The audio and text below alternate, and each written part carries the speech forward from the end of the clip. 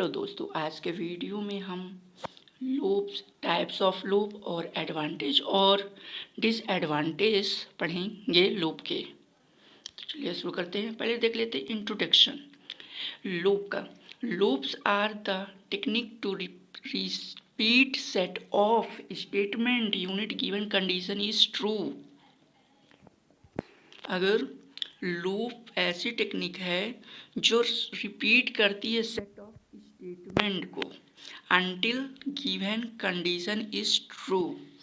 अगर लूप सही है, लूप का यूज करते हैं रिपीट सेट ऑफ स्टेटमेंट, मतलब एक स्टेटमेंट है जिसे हमें प्रोग्राम में बार बार रिपीट करनी है, तो उसके लाने हम लूप का उपयोग करते हैं। और लूप कब चलता है? जब कंडीशन इसकी ट्रू होती है। फिर इन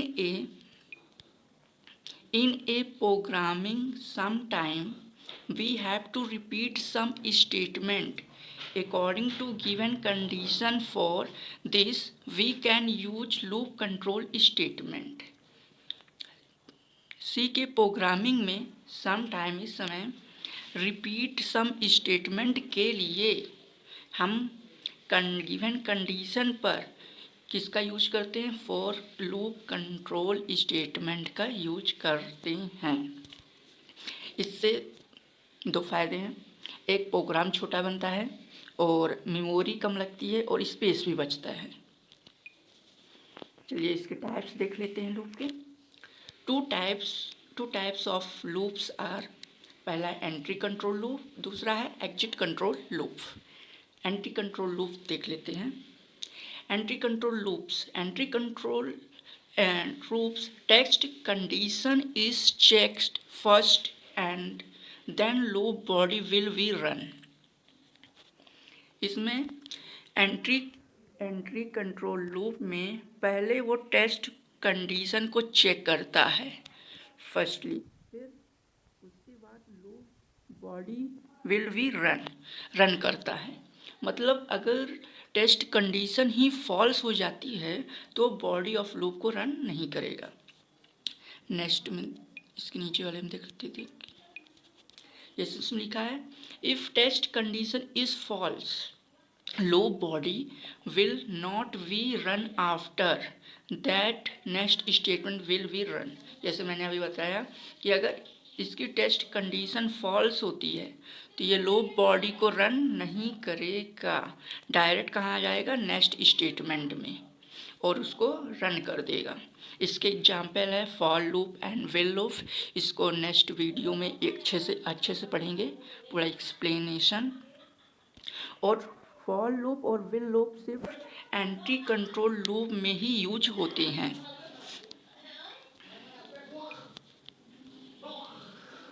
एंट्री कंट्रोल लूप को एग्जाम्पल के थ्रू समझते हैं। जैसे हमने इनिशियलाइजेशन दे दिया, इसमें हमने कंडीशन दे दी I5।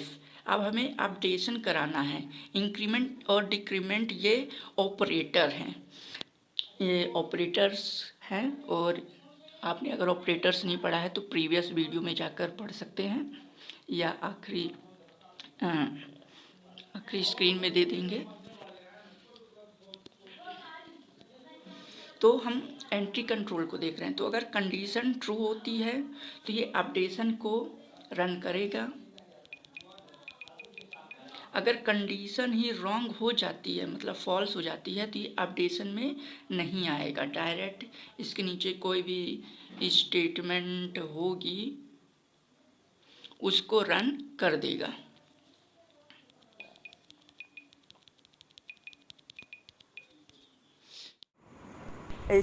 अब देखते हैं entry control loop. Exit control loop में पहले वो बॉडी को रन कर देगा, उसके बाद कंडीशन को चेक करेगा। एग्जिट कंट्रोल लूप में अगर body will be run firstly then condition is check, पहले वो बॉडी लूप बॉडी को रन करेगा, उसके बाद कंडीशन को चेक करेगा।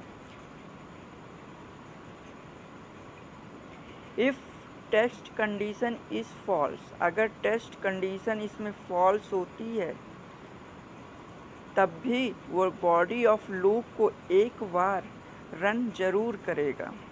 After that next statement will be run. उसके बाद जो नेक्स्ट स्टेटमेंट लिखी होगी उसको वो रन करेगा। ये इसका एग्जाम्पल है डू विल लूप, इसको भी नेक्स्ट वीडियो में पढ़ेंगे। और exit control loop do while loop में ही यूज किया जाता है।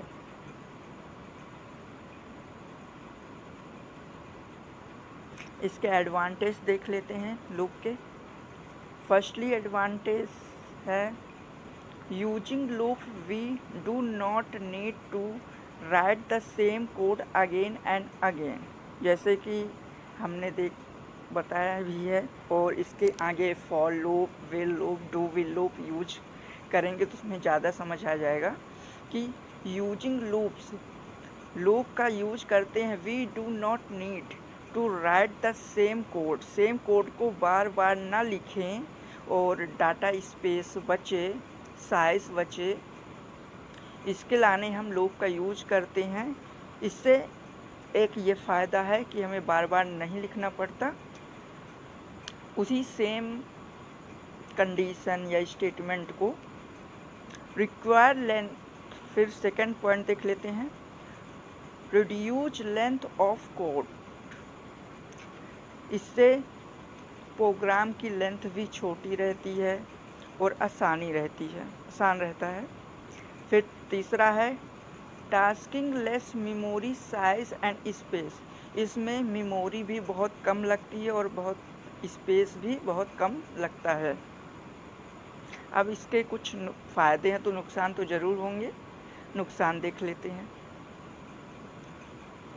Disadvantage of loop can cause infinite loop and other unexpected result if not written condition properly.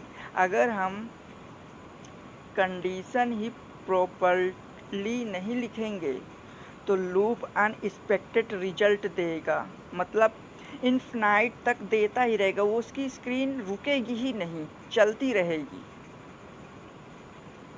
इसलिए कंडीशन सही लिखनी चाहिए। दूसरा देख लेते हैं क्या बोल रहा है। If the end condition is not defined then the representations will be for abracing the program to crash or hang the entries computer system।